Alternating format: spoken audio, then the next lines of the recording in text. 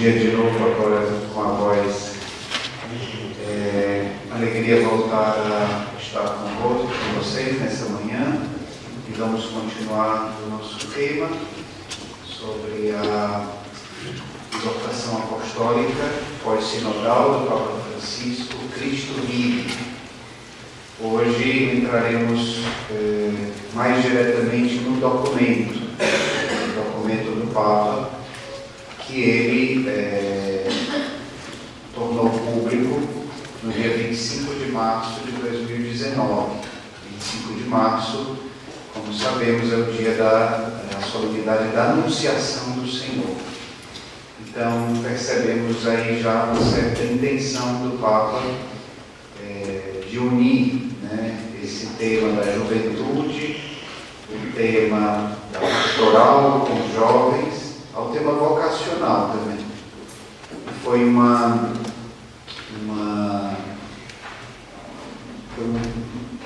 argumento que voltou muitas vezes durante o sínodo, esse de qualificar a pastoral juvenil como uma pastoral vocacional. Não no sentido de que a igreja está ali simplesmente fazendo pastoral com jovens, porque deseja ter vocações ao sacerdócio, à vida consagrada, mas no sentido de ajudar os jovens no discernimento de um projeto de vida, seja ele também para o matrimônio, para a constituição de uma família, na sua vida profissional, etc.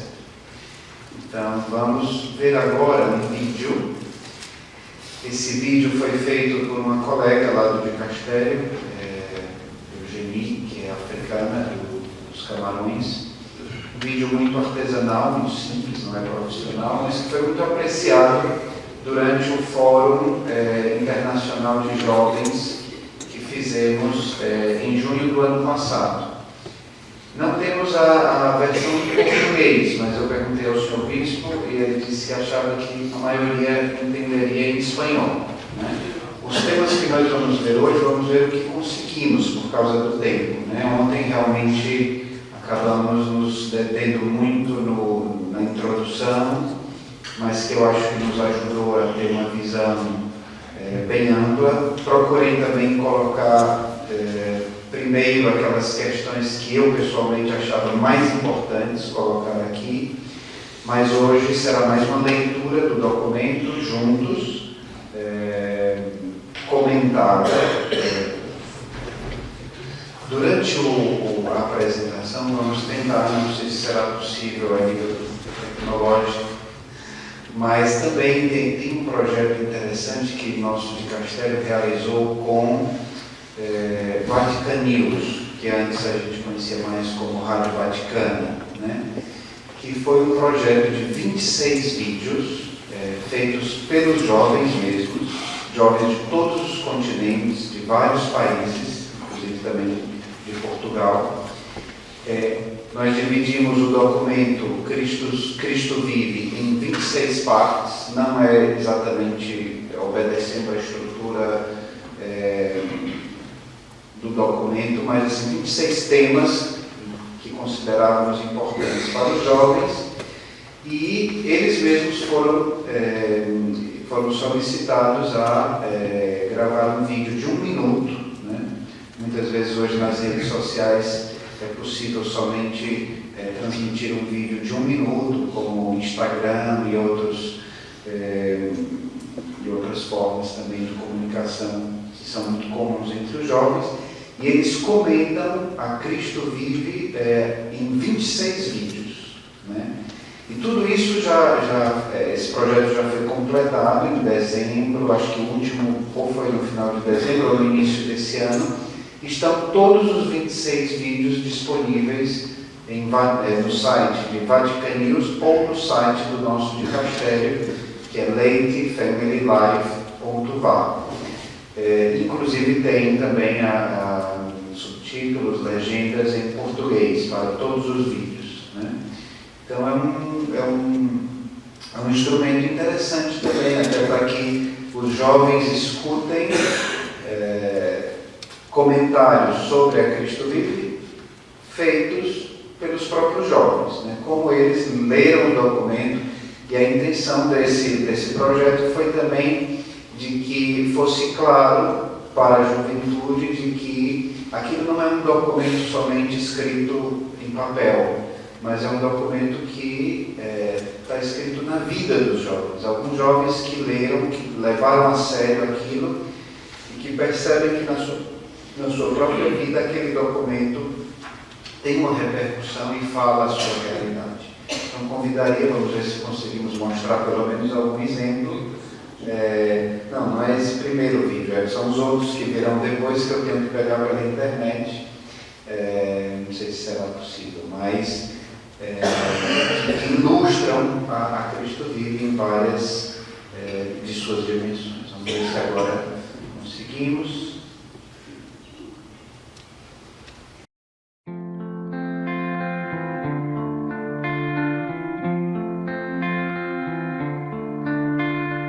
Heard there was a secret chord that David played and it pleased the Lord. But you don't really care for music, do ya? Well, it goes like this: the fourth, the fifth, the minor fall, and the major lift. The baffled king composing hallelujah.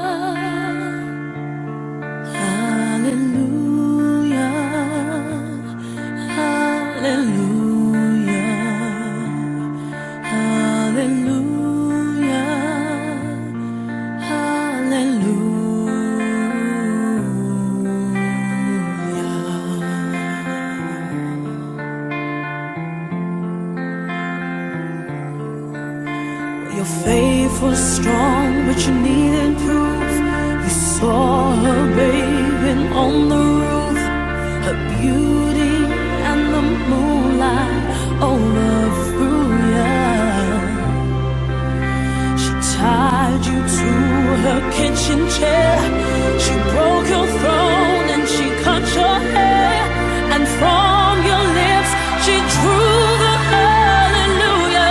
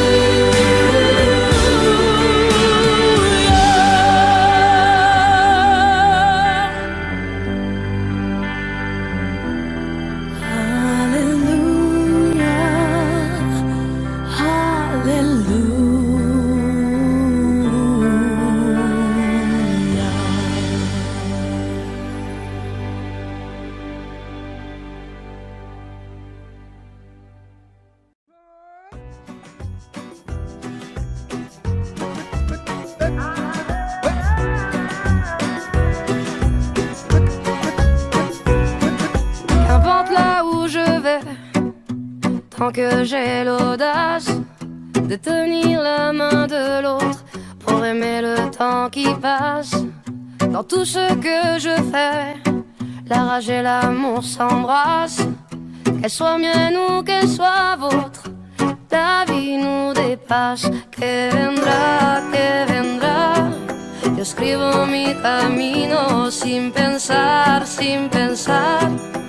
dónde acabará. Dans mes joies, dans mes peines, dans mes choix, dans mes larmes, je laisse aller mes sentiments.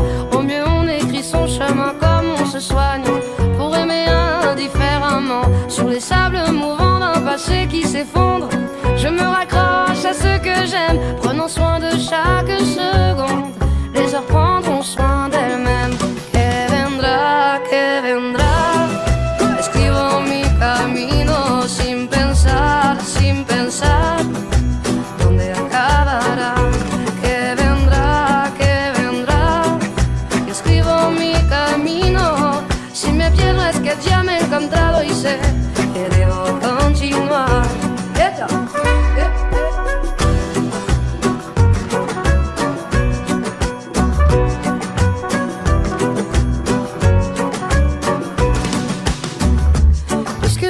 Ici sans savoir ce qui nous attend un peu plus tard, laissez parler, mon instinct me guérit.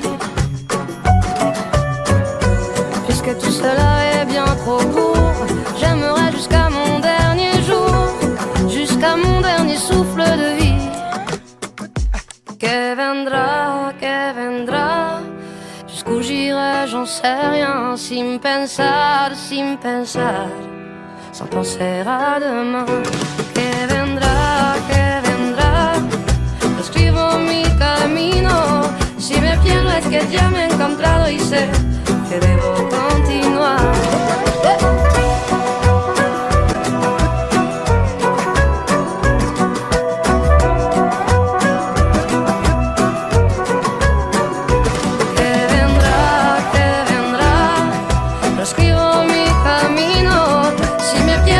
Ya me he encontrado y sé que debo continuar.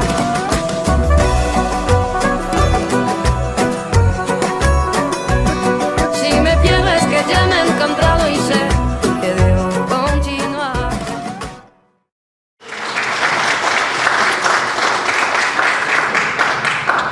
O vídeo ajuda a ter uma panorâmica, uma visão geral do documento com citações escolhidas, né, para dar uma ideia geral do documento. Agora vamos entrar mais especificamente em alguns temas, como por exemplo um tema que era mais do dia de ontem, que não conseguimos explorar, sobre Cristo e os jovens, né? Nós todos conhecemos a passagem de Mateus 19 e paralelas, que falam do encontro de Jesus com o jovem rico. Sobre isso o Papa fala no número 18 da Cristo Vive. Mas eu queria citar o que está aí em vermelho de São João Paulo II, uma carta que ele escreveu aos sacerdotes em 1985. Naquele ano ele iniciava um caminho que se estendeu até hoje, que era de todos os anos lançar uma mensagem para os jovens. E ele dizia para os padres: penso, caros irmãos sacerdotes, que cada um de nós deva pedir insistentemente ao Senhor Jesus que o seu contato com os jovens seja essencialmente uma participação daquele olhar com o qual Jesus fixou o jovem rico, e uma participação daquele amor com o qual Jesus o amou. Devemos rezar insistentemente para ter esse amor sacerdotal desinteressado que corresponda concretamente às expectativas de toda a juventude. Isso vale para os sacerdotes, mas vale também para todos nós, que de um modo ou de outro temos interesse na pastoral juvenil, ou trabalhamos com os jovens, né? E é muito importante, o Papa Francisco insiste muito, de não fazer somente atividades para os jovens, mas com eles, né? Que eles estejam envolvidos também na preparação dessas atividades, né? Também na passagem, no parágrafo 20 da Cristo Vive, foi dali que veio o tema da Jornada Mundial da Juventude desse ano, 2020. Já em preparação para Lisboa, no número 20, o Papa Francisco diz: jovens, se perdeste o vigor interior, os sonhos, o entusiasmo, a esperança e a generosidade, diante de ti está Jesus, como parou diante do filho morto da viúva, e o Senhor, com todo o seu poder de ressuscitado, exorta-te: jovem, eu te ordeno, levanta-te. Muito provavelmente, na metade de fevereiro, será publicada essa mensagem do Papa Francisco para os jovens, por ocasião da Jornada Mundial da Juventude local. Às vezes a gente pensa sempre na Jornada Mundial da Juventude como aquele evento internacional, mas todos os anos existe Jornada Mundial da Juventude, né? Até então ela é celebrada no Domingo de Ramos, assim, na maioria das dioceses dos países. Mas tem muitos países, dioceses, que celebram também em datas alternativas. Não é uma data obrigatória, é somente uma data indicativa, o Domingo de Ramos, que pode inclusive mudar isso. E há uma reflexão nesse sentido. Mas todos os anos o Papa faz uma mensagem para os jovens, desde João Paulo II, Bento XVI, e pode-se recuperar tudo isso, todo esse material na internet, né, que é um material muito rico de formação para os jovens. Tem muitas dioceses, muitos países do mundo que com muita criatividade utilizam essa mensagem do Papa para os jovens para a formação da juventude na igreja local, né? Isso é muito importante a gente ter presente. Pelo menos uma vez no ano, os jovens sentirem-se no centro da atenção da diocese, do país, da Igreja Universal também, no caso da Igreja Universal, pelo menos uma vez a cada 2 ou 3 anos nas Jornadas Mundiais da Juventude. Ah, padre, mas eu não sou muito turma pastoral de eventos, né? É como, por exemplo, na nossa vida, a celebração da vida, de um aniversário de casamento, aniversário de uma ordenação. Existe a vida ordinária, mas de vez em quando a gente precisa também daquele momento celebrativo, daquele momento de festa.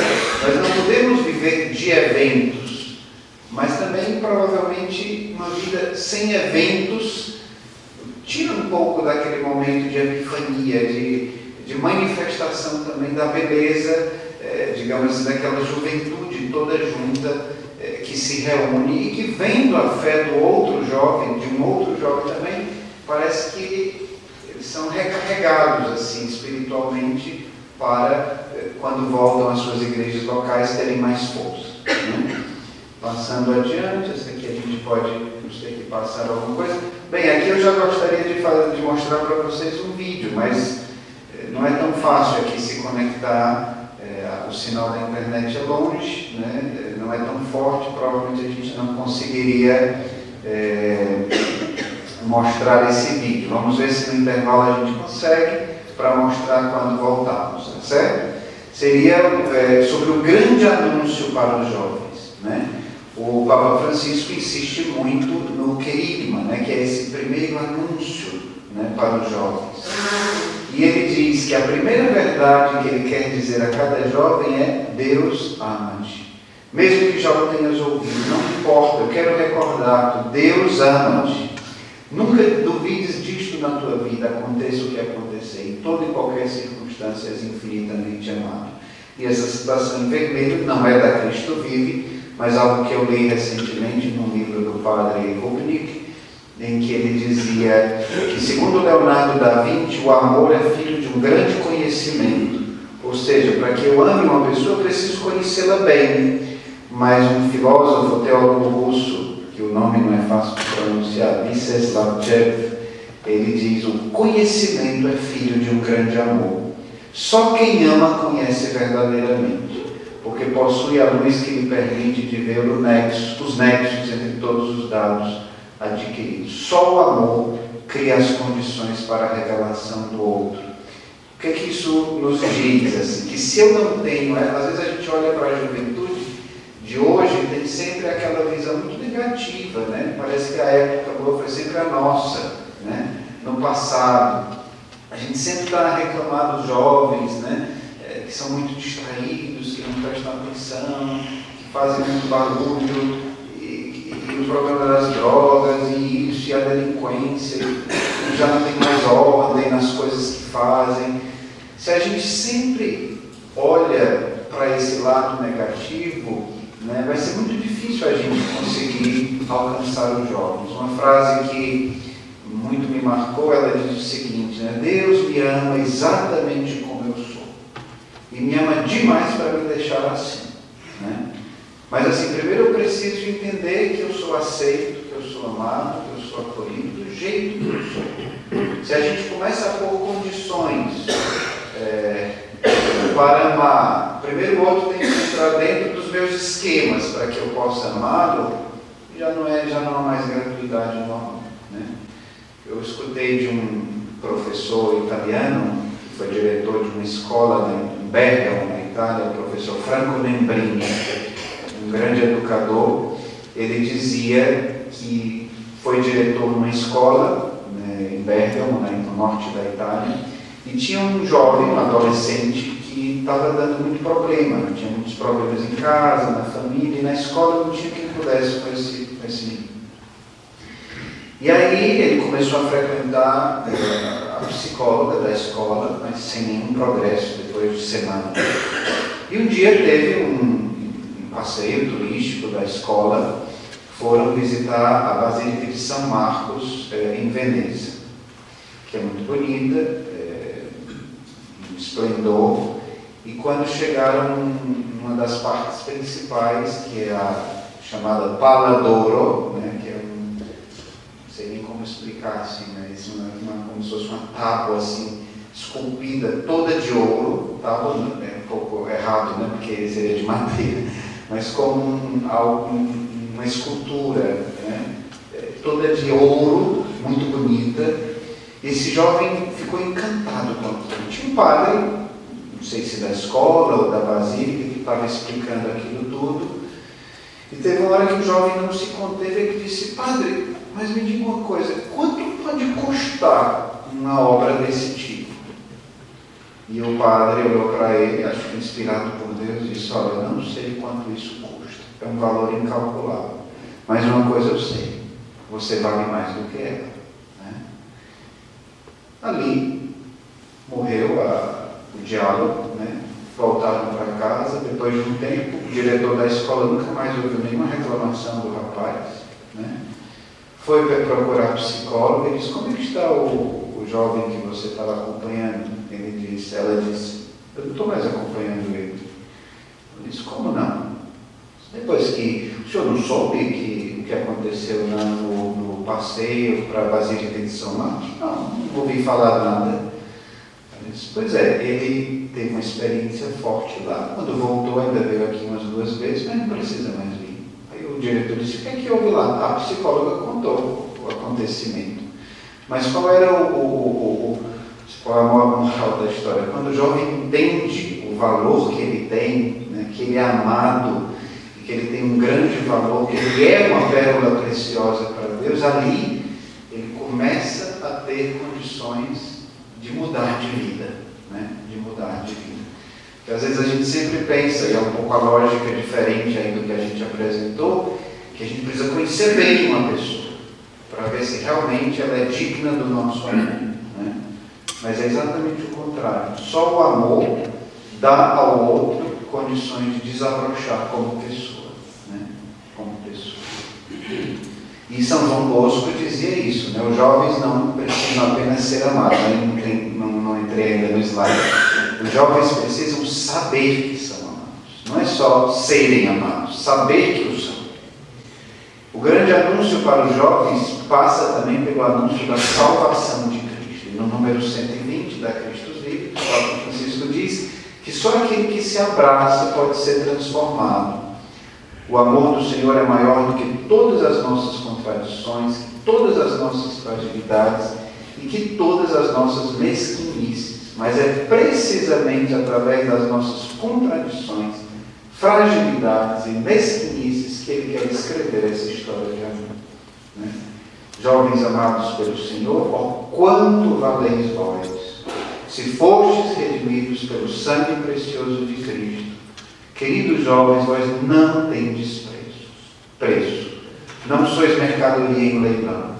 Vós não tendes preço. Deveis repetir sempre isso. Eu não estou em leilão. eu não tenho preço, eu sou livre.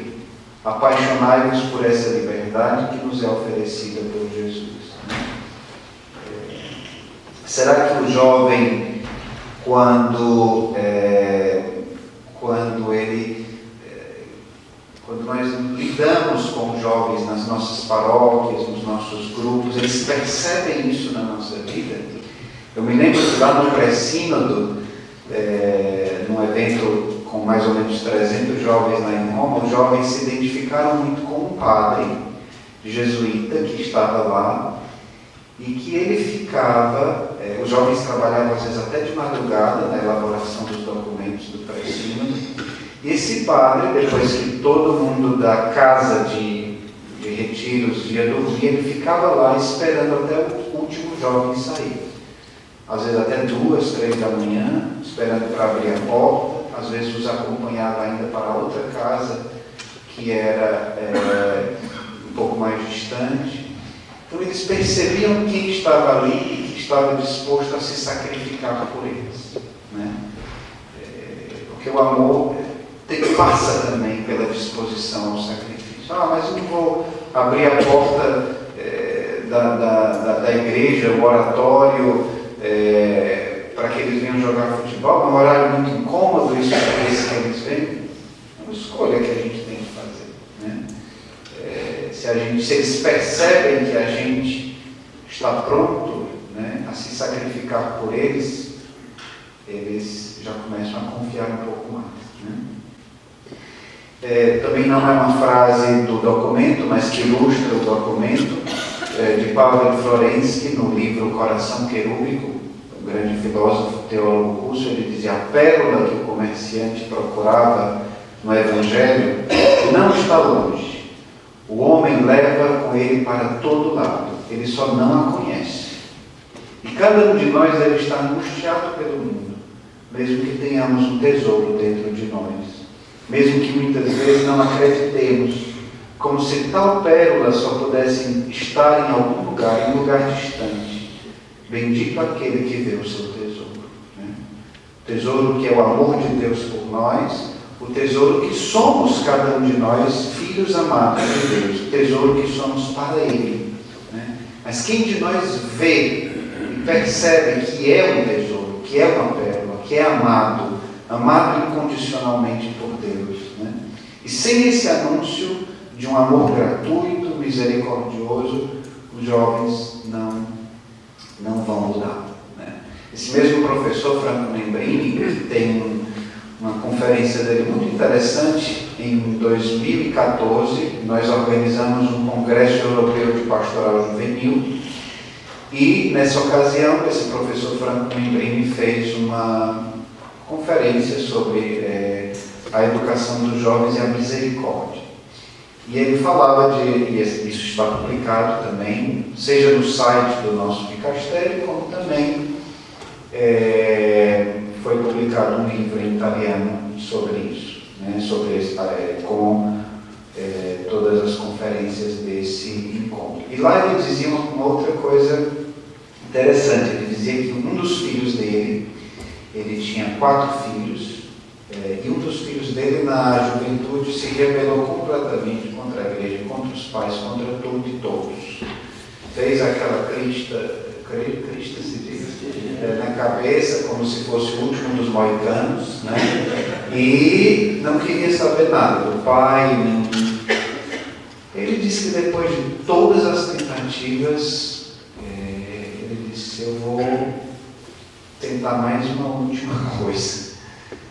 Eu vou dar ao meu filho. Aí convidou o filho, ele morava em Bergamo, mas tinha que dar uma conferência em Roma. E aí ele convidou o filho: disse: olha, você pode perder alguns dias na escola, pode inclusive trazer alguns amigos com você, mas venha comigo para Roma. Mas tem uma condição: de dia você faz o que quiser, mas de noite a gente se encontra, eu, você, os seus amigos, e vamos fazer coisas juntos, comer juntos, andar pela cidade juntos. E aí o filho aceitou, né? Aceitou. E foram para Roma, e numa dessas noites ele disse que percebia que, caminhando pela cidade, o filho sempre fazia por onde ficar só com ele, né? ia mais à frente, no começo entendeu bem, quis ficar junto com o filho, os amigos, até que ele percebeu que o filho queria ficar só com ele. E aí ele disse que num determinado momento o filho disse somente assim para ele: papai, na vida a gente pode recomeçar. Ele disse que se segurou para não chorar, né? E disse: sim, meu filho, na vida nós podemos sempre recomeçar. E aí, a partir daquele dia, o filho começou a dar passos no sentido de voltar a estar mais com a família, maior responsabilidade na escola, né? E assim, depois o filho seguiu a mesma carreira do pai como professor de literatura, principalmente porque esse professor Membrini é um especialista na Divina Comédia de Dante Alighieri, né? E criou todo um movimento de jovens a partir da leitura e da explicação da Divina Comédia de Dante Alighieri, né? E o filho seguiu seus passos, né? Depois daquele momento inicial de rebeldia. Então, nesse outro slide, continuando o tema do grande anúncio para os jovens, o Papa diz: buscas paixão. Lembremos que ele está falando com os jovens, mas que vale para todos nós. Aquilo que dizíamos ontem, juventude não é só uma idade cronológica, mas um estado da alma, né? Então, buscas paixão, deixa-te enamorar por Deus, por Ele, porque como se lê num estupendo poema Enamora-te, nada pode ser mais importante do que encontrar Deus, ou seja, enamorar-se dele de maneira definitiva e absoluta. Aquilo de que te enamoras prende a tua imaginação e acaba por ir deixando a sua marca em tudo. Será isso a decidir o que te arranca da cama pela manhã, o que fazes no final da tarde, como transcorres os teus fins de semana, aquilo que lês, o que conheces, aquilo que te destroça o coração e o que te faz transbordar de alegria e gratidão. Enamora-te, permanece no amor e tudo será diferente. Esse amor de Deus que se apodera apaixonadamente de toda a vida é possível pelo Espírito Santo, porque o amor de Deus foi derramado nos nossos corações pelo Espírito Santo que nos foi dado. Será que nós já tivemos na vida essa experiência de nos sentirmos enamorados por Deus? Ou até mesmo antes disso, de um Deus enamorado de nós, né? E que suscita também uma resposta de amor no nosso coração? Uma vez eu ouvi uma história de um bispo, na época era padre, né? Um bispo Melquita, da Igreja Católica Melquita, na Terra Santa, era o senhor Elias Chaput. Ele escreveu alguns livros, e uma vez, num dos livros dele, se eu não me engano, se chama Irmãos de Sangue, né? Um livro sobre a relação entre os hebreus e os palestinos, Irmãos de Sangue nos dois sentidos, né? Um livro que deseja promover a reconciliação. Ele contava, num dos seus livros, eu acho que era esse, que quando ele era jovem padre, estava estudando na Alemanha e foi visitar uma família, né? Uma família de amigos que tinham filhos pequenos, crianças, e ele se pôs no chão a brincar com as crianças. O jovem padre, quando ele já estava para ir embora da casa, as crianças puseram-se a chorar, né? E aí os pais perguntaram às crianças: vocês gostaram dele? Aí os meninos responderam: não, ele gostou de nós, né? Dá para entender assim a relação que se cria. Não que eles não gostaram dele, eles gostaram, mas o que é que criou o laço? Quando eles se sentiram amados, né? Eles se sentiram amados por aquele padre que perdeu tempo com eles, e a partir dali eles também se enamoraram, assim, passaram a gostar do padre também, né? Mas então, já nos sentimos enamorados por Deus, porque antes disso nos descobrimos amados por Ele, né? É o amor que move a nossa vida, né? Os nossos interesses, como o Papa diz aqui. Então, se a gente não tem um coração enamorado, por isso que o livro do Apocalipse vai dizer como está o teu primeiro amor, né? talvez tenhamos nos tornado com o tempo mornos, né? Já não somos mais frios, nem quentes, e os mornos, diz a palavra de Deus, Deus vomita. Já tentamos beber água morna, nos vem de vomitar, né? Então Deus não consegue lidar com a mornidão, né? Então, recuperar esse primeiro amor, esse coração enamorado. Padre, o que eu tenho que fazer?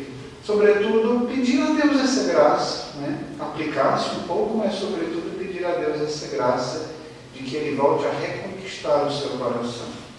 Lembro de um professor de espiritualidade lá no Angélico, em Roma, que ele dizia que em um determinado momento, quando ele era seminarista, ele entrou em crise em relação à escolha do celibato. E ele disse que chegou diante de Deus na oração, na capela, e disse: olhe, esse negócio de celibato é difícil, viu? Torna-te irresistível para mim, ou então não vou adiante não. Esse professor já vai lá pelos seus 70, 80 anos, né, de bem firme na sua vocação, mas a oração dele diante dos desafios era: torna-te irresistível para mim, né? Porque senão vai ter outras pessoas que são mais atrativas do que você, né? Torna-te irresistível para mim. Passando adiante, a pastoral dos jovens. Aí também gostaria de mostrar um outro vídeo, vamos ver se conseguimos. Já estamos saindo, né, da dimensão do grande anúncio para os jovens e já passando para o tema da pastoral, né, com os jovens. O Papa fala muito de uma pastoral sinodal, ou seja, uma pastoral participativa, uma pastoral que envolve as pessoas, que não é só uma pastoral organizada de cima para baixo, né? Ou seja, o pároco, ou o conselho paroquial, ou o responsável de pastoral juvenil, mas que envolve as pessoas, né, da paróquia, inclusive os próprios jovens nos processos. E ele diz: eu quero assinalar que os próprios jovens são agentes da pastoral, não são só objetos da minha ação pastoral, acompanhados e orientados, mas livres para encontrar caminhos sempre novos, com criatividade e ousadia. Trata-se antes de colocar em campo a sagacidade, o engenho e o conhecimento que os próprios jovens têm da sensibilidade e linguagem problemática dos jovens, né? Uma pesquisa que foi feita, uma grande pesquisa que foi feita em todo o mundo, né? Mais de 100 mil jovens responderam um questionário online, promovido pela Secretaria do Sínodo durante o processo sinodal, e uma das coisas que emergiu, não me lembro se já falei ontem, é que depois da mãe, a pessoa que o jovem mais procura no momento de dificuldade é um outro jovem, é o seu amigo, né? Então a gente precisa ajudar os jovens naquele processo de uma assistência de primeiros socorros aos seus amigos, aos jovens que já têm uma experiência de igreja, de fé, para que se tornem também esses voluntários de primeiros socorros para os seus amigos. E também, normalmente, também a partir do questionário online, emergia que são aqueles em que eles mais confiam, às vezes depois da vida, muitas vezes mais do que o pai. Sabemos da crise que existe na figura do pai, que precisa ser uma figura muito recuperada no nosso tempo, né? Passando mais adiante, a pastoral dos jovens. Os jovens, eles nos fazem ver a necessidade de assumir novos estilos e estratégias. Por exemplo, enquanto os adultos procuram ter tudo programado, com reuniões periódicas, horários fixos, hoje a maioria dos jovens sente-se pouco atraída por estes esquemas pastorais.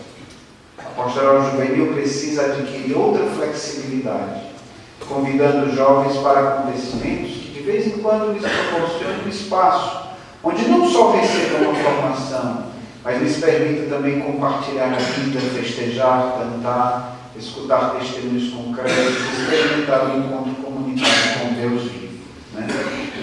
Coisa que o Padre Jorge, né, sabemos que ele se ocupa aqui também muito dos cursos alfa, né? E os cursos alfa, que têm tido um bom sucesso, né, em muitas partes do mundo, uma das coisas que eles fazem é unir a informalidade de uma reunião, de um encontro, com uma formação, um conteúdo sólido, começando com o querigma e depois um conteúdo mais sólido, e também um momento de convivialidade, né?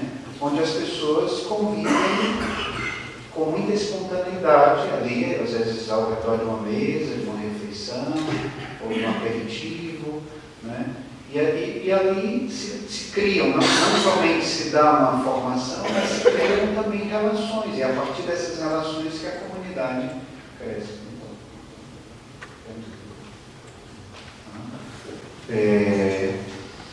A Pastoral dos Jovens tem duas grandes linhas de ação, diz o Papa, no número 209 da Christus Vivens. Uma primeira é a da busca, a convocação, a chamada que atrai novos jovens para a experiência do Senhor. E a outra é o crescimento, o desenvolvimento do percurso de maturação para quantos já fizeram essa experiência.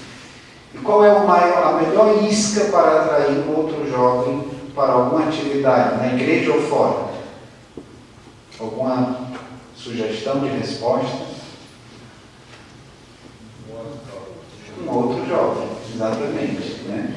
Aquilo que mais pode atrair um jovem para um evento, uma atividade, é um outro jovem. Eu tenho um irmão, meu irmão mais novo, nós somos 8 filhos, né? Hoje não é comum, acho que nem mesmo no Brasil, famílias numerosas, mas nós somos 8 filhos. Eu sou o segundo, né? Tenho 45 anos, meu irmão mais novo é 18 anos mais novo que eu. E eu sempre o convidava, né, para grupos de jovens, sempre a convidar, sempre a chamar, nada. Aí, quando ele estava no primeiro ano do ensino médio, né, do liceu, o colégio que ele estudava, que era dos maristas, deixou de ter aquela faixa de idade de jovens e criou uma universidade. Então ele teve que deixar o colégio, foi para uma outra escola da minha cidade, e nessa escola ele tinha 3 amigos, né, 3 companheiros de classe, que eram jovens de grupo de oração, né? E esses 3 jovens facilmente o levaram, né, para um acampamento de jovens, e hoje está aí engajado, bem ativo, mas eu o convidei 1000 vezes, não adiantou nada. 3 amigos de sala convidaram e rapidamente o conquistaram, né? Então, o melhor instrumento para convidar os outros jovens, normalmente, não vou dizer também que seja sempre, mas normalmente é um outro jovem, né? Passando mais adiante. Então, quanto à busca, o Papa diz: eu confio na capacidade dos próprios jovens que sabem encontrar os caminhos atraentes para convidar. Sabem organizar festivais, competições desportivas e sabem também evangelizar nas redes sociais, com mensagens, canções, vídeos e outras intervenções. Devemos apenas estimular os jovens e dar-lhes liberdade de ação para que se entusiasmem com a missão nos ambientes juvenis. O mais importante é que cada jovem ouse semear esse primeiro anúncio na terra fértil que é o coração de um outro jovem. O grave erro que diz o Papa, depois daquele primeiro anúncio do querigma, o amor de Deus, a salvação de Cristo, o senhorio de Jesus, né? O Espírito Santo, que é a promessa do Pai para nós, o engajamento na igreja. Ele diz que o maior erro é a gente passar imediatamente para uma pastoral que a gente considera mais sólida e esquecer que os jovens precisam sempre retornar a essa fonte inicial. Por mais que a gente cresça e dê uma formação sólida para os jovens, a gente sempre precisa voltar para essa experiência inicial, como a fonte primeira do nosso encontro com Cristo, né? Uma outra coisa que emergiu no processo sinodal, especialmente num seminário de estudo sobre a condição dos jovens hoje, foi que o que os jovens procuram na igreja? Uma família, um lar, né? Uma família, uma casa, uma comunidade. Né? Nesse sentido, o Papa diz no número 217, criar um lar é criar família, é aprender a sentir-se unido aos outros sem olhar a vínculos utilitaristas ou funcionais, unidos de modo a sentir a vida um pouco mais humana. Criar lares, casas de comunhão, é permitir que a profecia encarne e torne as nossas horas e dias menos rudes, menos indiferentes e anônimos. Faço parte de uma comunidade, sou o mais velho da minha casa, né? Comunitária, né? Os outros são mais jovens do que eu, temos jovens na faixa também dos 20 anos que fazem parte, e é muito interessante como eles realmente se transformam, esses mais jovens, nos melhores apóstolos da juventude, e como esses jovens que vão participando dos nossos grupos, eles têm esse desejo de, como é que se diz?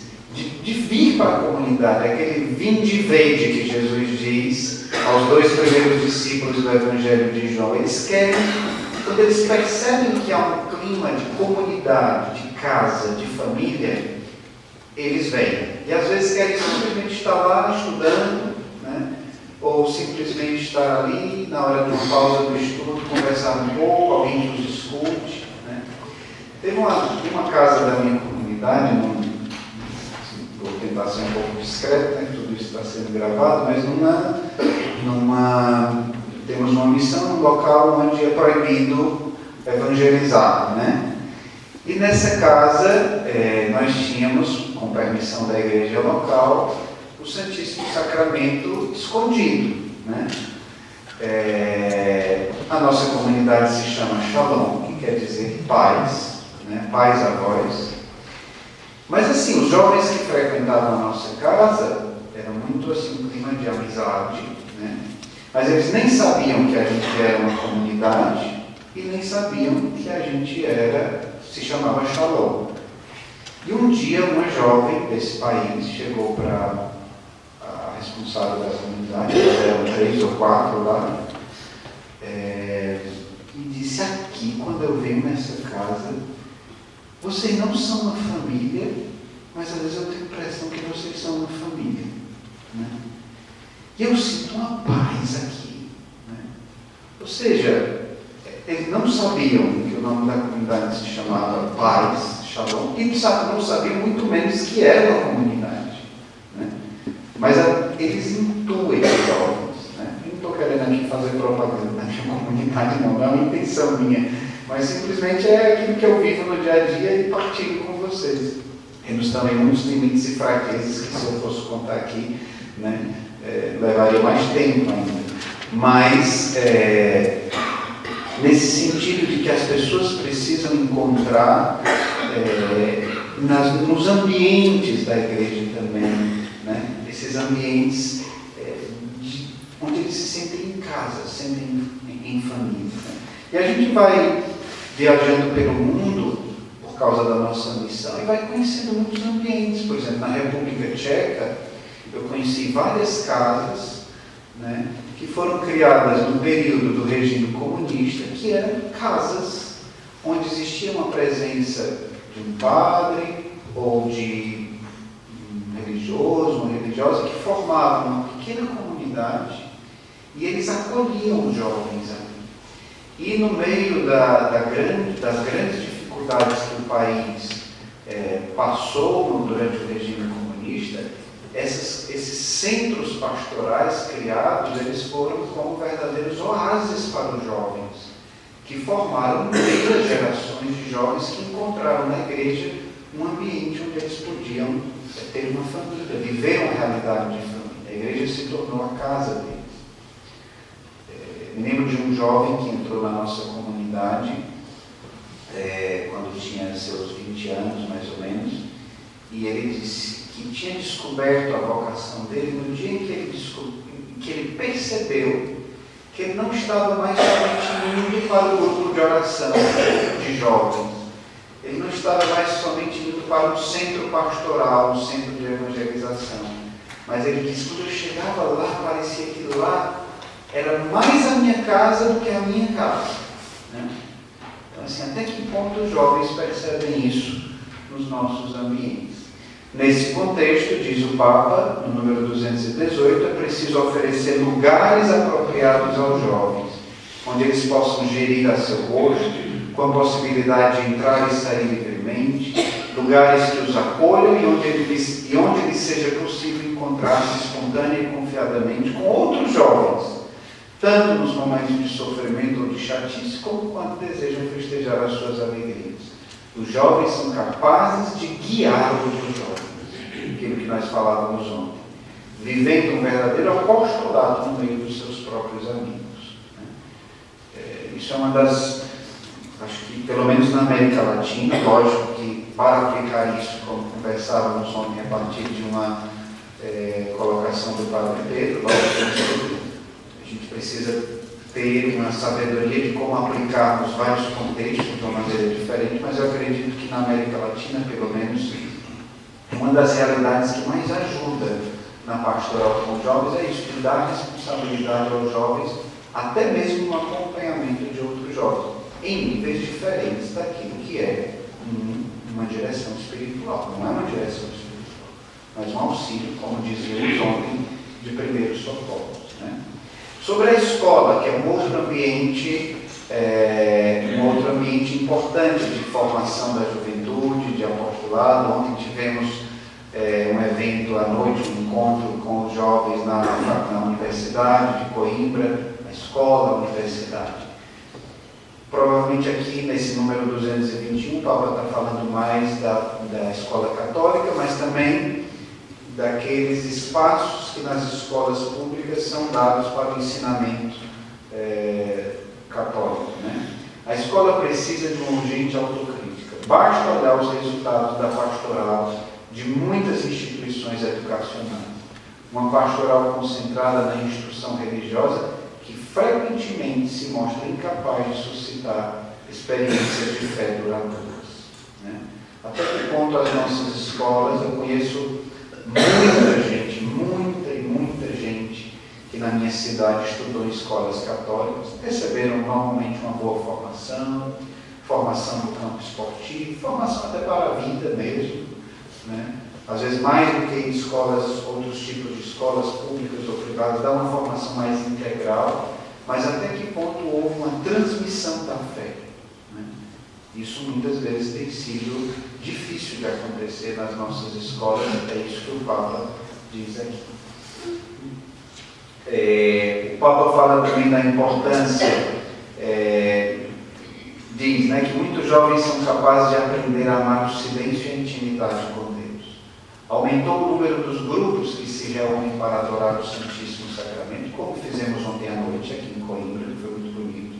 Rezar com a palavra de Deus, que foi o que fizemos também ontem à noite. E não se subestimem os jovens como se fossem incapazes de abrir-se a propostas contemplativas. Basta olhar o grande sucesso que tem os encontros de Teseiro, por exemplo. Milhares de jovens que se encontram, às vezes rezando com cânticos que são breves versículos bíblicos em silêncio, né? Momentos fortes de meditação. Quanta atração isso tem tido para tantos jovens, né? Passando adiante, esse a gente vai saltar, um tema importante, mas que eu peço que vocês aprofundem em um outro momento, porque não vai dar tempo de tudo, né? Estamos aqui no número... Pastoral, estamos chegando ao final dessa primeira parte, tá? Quero lembrar que não há necessidade de fazer um longo percurso para que os jovens se tornem missionários.